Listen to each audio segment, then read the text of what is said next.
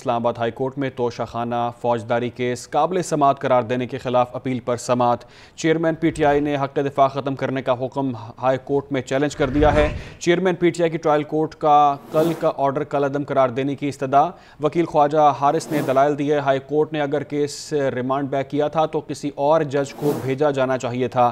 عدالت نے ریمارکس میں کہا، آپ کہہ رہے ہیں کہ کسی دوسرے جج کو آپ کی درخواست دوبارہ سن کر فیصلہ کرنا چاہیے تھا۔ اپڈیٹ کریں آپ کو، اسلام آباد ہائی کورٹ میں توشہ خانہ فوجداری کیس قابل سماعت قرار دینے کے خلاف اپیل پر سماعت۔ چیئرمین پی ٹی آئی نے حق دفاع ختم کرنے کا حکم ہائی کورٹ میں چیلنج کر دیا ہے۔ اہم یہ ڈیولپمنٹ ہے، چیئرمین پی ٹی آئی کی ٹرائل کورٹ کا کل کا آرڈر کالعدم قرار دینے کی استدعا۔ اسی حوالے سے تفصیلات جانتے ہیں نمائندہ اسلام آباد عادل عباسی سے۔ عادل، کیا ڈیولپمنٹ ہوئی ہے؟ جی عادل، مجھے سن پا رہے ہیں آپ؟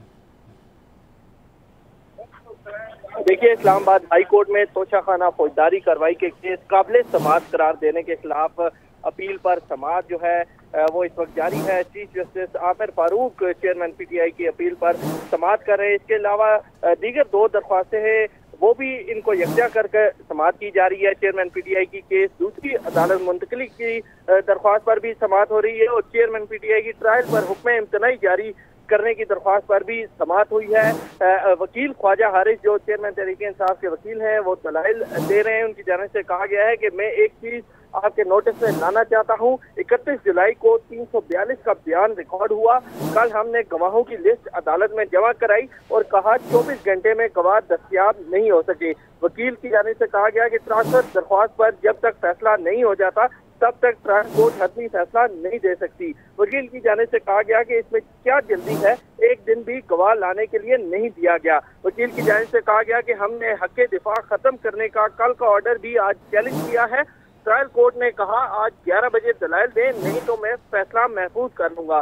وکیل کی جانب سے کہا گیا کہ اس سے جج کا تعصب ظاہر ہوتا ہے۔ چیف جسٹس کی جانب سے ریمارک کیے گئے کہ ابھی جج سے متعلق ایف آئی اے کی ایک رپورٹ بھی آئی ہے۔ وکیل کی جانب سے کہا گیا کہ اس میں کہا گیا ہے کہ جج کی فیس بک اکاؤنٹ سے وہ پوسٹ نہیں ہوئی، یک طرفہ رپورٹ کو کیسے قبول کیا جا سکتا ہے۔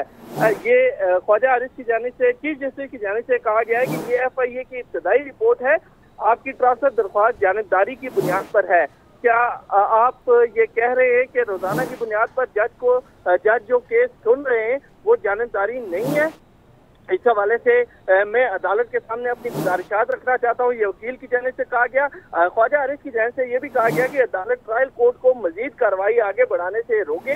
چیف جسٹس کی جانب سے کہا گیا ہے کہ یہ ایف آئی اے کی ابتدائی رپورٹ ہے۔ اس وقت کیس کی سماعت جو جاری ہے، خواجہ حارث جو چیئرمین تحریک انصاف کے وکیل ہیں وہ دلائل دے رہے ہیں۔ اور ٹھیک ہے، اس وقت کیس کی سماعت جاری ہے۔ عادل، آپ نے تفصیلاً اپڈیٹ کیا، بہت شکریہ آپ کا۔